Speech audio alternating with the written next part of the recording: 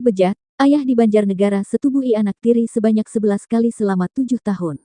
Sungguh bejat yang dilakukan RS 56 terhadap anak tirinya di wilayah Kecamatan Punggelan. Pelaku mencabuli korban yang masih berusia 10 tahun sebanyak 11 kali selama 7 tahun. Pelaku kini telah diamankan aparat Polres Banjarnegara. Kapolres Banjarnegara AKBP Henry Yulianto mengatakan, aksi tersangka ini dilakukan oleh RS terhadap korban yang masih di bawah umur.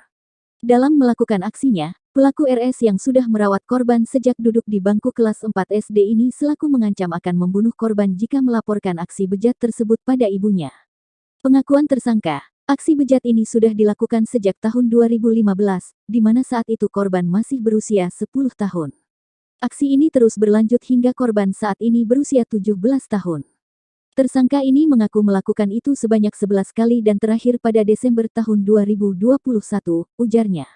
Terbongkarnya kasus ini sendiri, lanjut AKBP Henry, bermula saat tersangka akan melakukan aksinya pada tanggal 2 Mei tahun 2022 sekitar pukul 23 waktu Indonesia Barat, pelaku mendatangi kamar korban dan hendak melakukan persetubuhan. Bahkan pelaku sudah meraba-raba korban, saat itu korban kembali menolak ajakan pelaku dan sempat mengancam, tetapi aksi itu dibatalkan oleh pelaku.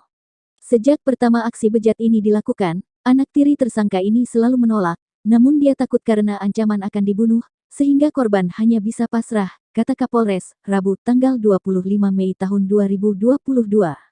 Aksi ini sendiri terbongkar setelah pada tanggal 8 Mei keluarga korban yang melaporkan adanya tidak pencabulan yang dilakukan oleh bapak tirinya. Dari kejadian itu, polisi langsung melakukan penyelidikan dan penangkapan terhadap tersangka. Saat akan dilakukan penangkapan, tersangka yang berprofesi sebagai ojek online ini tidak ada di rumah.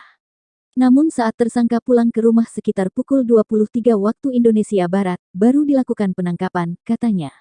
Dari pengakuan tersangka, aksi bejat ini dilakukan karena dia merasa bergairah saat melihat anak tirinya, sehingga dia melancarkan aksi bejatnya saat sang istri tidak berada di rumah.